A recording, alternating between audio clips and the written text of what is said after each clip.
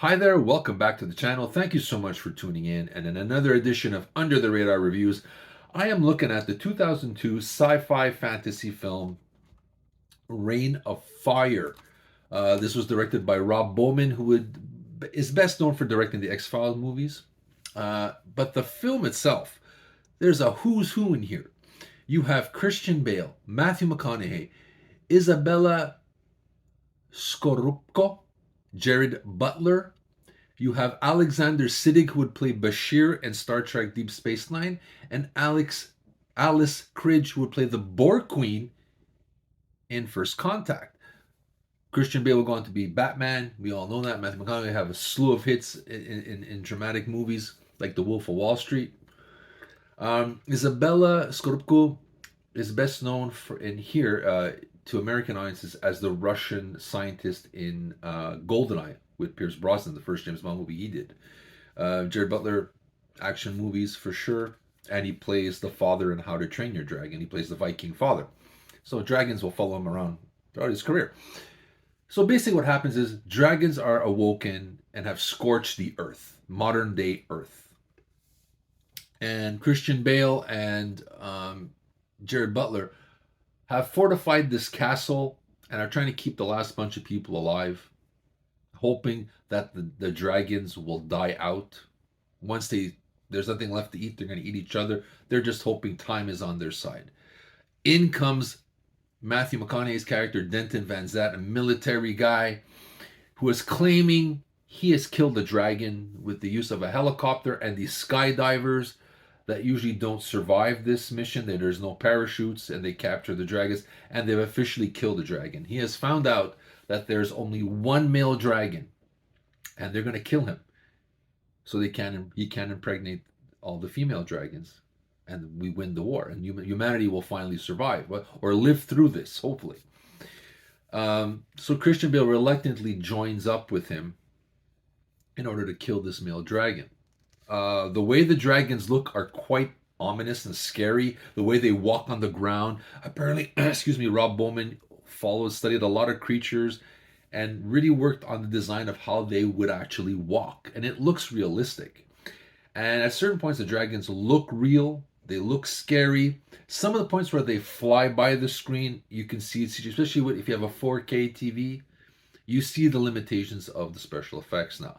But that's part of the charm of the movie. I think it's really a lot of fun. It's not a masterpiece by any means, but it's a fun time if you got an hour and a half to kill on a very cold or rainy day and you want to see something different from Christian Bale and Matthew McConaughey.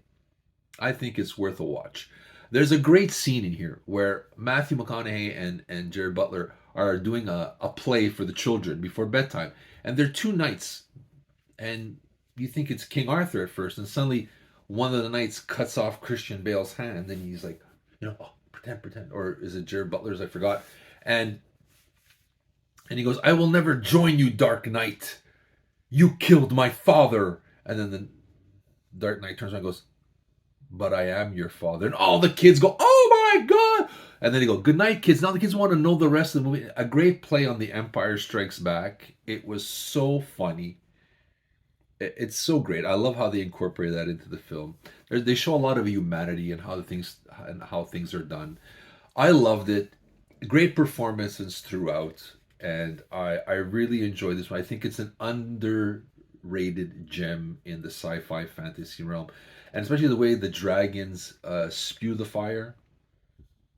If you look at Game of Thrones now, they do it the same way. So while this movie didn't make it big at the time, it has resonated and it is now trickled into modern day fantasy. So if you watch the dragons in Game of Thrones, the way that the fire is done, it's the same way as Reign of Fire. So very, very interesting, very cool. So it's getting its just due. It's taken 20 years to do so, 21 years, 22 years, but it's coming around. And like I said, the cast is great. They're all taking their roles pretty seriously. McConaughey is really gung-ho about this military guy.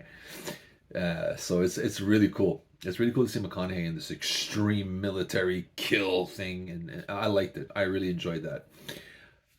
If you're looking for an escape for an hour and a half, I think you could do better. You can't do better than this. It's a great time. It's just fun. It's no way a masterpiece. It's not the next Inception, and it's not gonna be Game of Thrones. But if you want a fun time for an hour and a half, and you have a lot of good actors who are about to become mega stars after this, this is their humble beginnings, and they show what they can do here, and it's really good because I think with lesser actors, this movie would have just like disappeared.